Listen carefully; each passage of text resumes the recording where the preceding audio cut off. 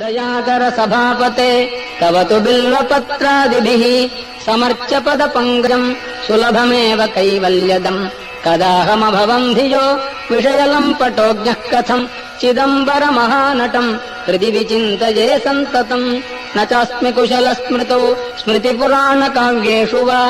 कलासु विविधासु वा परिचितोऽस्म्यहम् नैव भोः कथम् नु मयि भूभुजाम् भवतु हर्षपूरस्वतः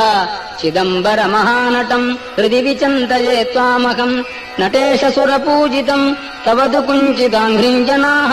विचिन्त्य सकलेप्सितम् समुपयन्ति भक्ता न किम् कथम् नु विषयोन्मुखः शिवपर्दिनम् सन्ततम् चिदम्बरमहानटम् हृदि विचिन्तये त्वामहम् सदा शिभवाम् स्मृतः क्षणिकतोऽपि सर्वार्तिः विना समयदेशकालः भाग्यहीनत्वयम् त्वदीय परिचिन्तन रहित नष्टजन्मा सदा चिदम्बरमहानटम् हृदि विचिन्तये त्वामहम् त्वमेव जनको मम त्वमसि मे प्रसूरुन्मनाः त्वमेव सुहृदुत्तमः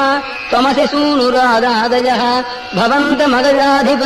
त्रिदशार्वभौमत्वकम् चिदम्बरमहानटम् हृदि विचिन्तये सन्ततम् मृकण्डुतनजम् पुरा शमनपाशसम्पीडितम् यदीयपदपङ्कजम् शरणमेवावापस्वकम् निहत्य यमुनाग्रजम् शितगमत्रिशूलेन तम् चिदम्बरमहानटम् हृदि विचिन्तये त्वामहम् उमासखचिदात्मकम् तव तु दिव्यरूपम् विभो हृदन्तरनिविष्टमप् अहमपारयन्वीक्षितुम् उदैव विचरन् बहिर्यपनयम् कालम् कदा चिदम्बरमहानटम् हृदि विचिन्तये त्वामहम् विमृश्य मयि किल्बिषम् अवधुनोत्ययम् नार्हति प्रकाममतिदुष्टधीः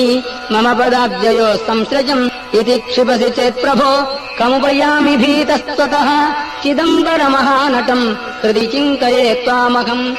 जनाः कतिकतित्रिगो सकलवेदसारात्मकम् पुरातनजनः कृते सुकृतवञ्चयैस्त्वाम् किल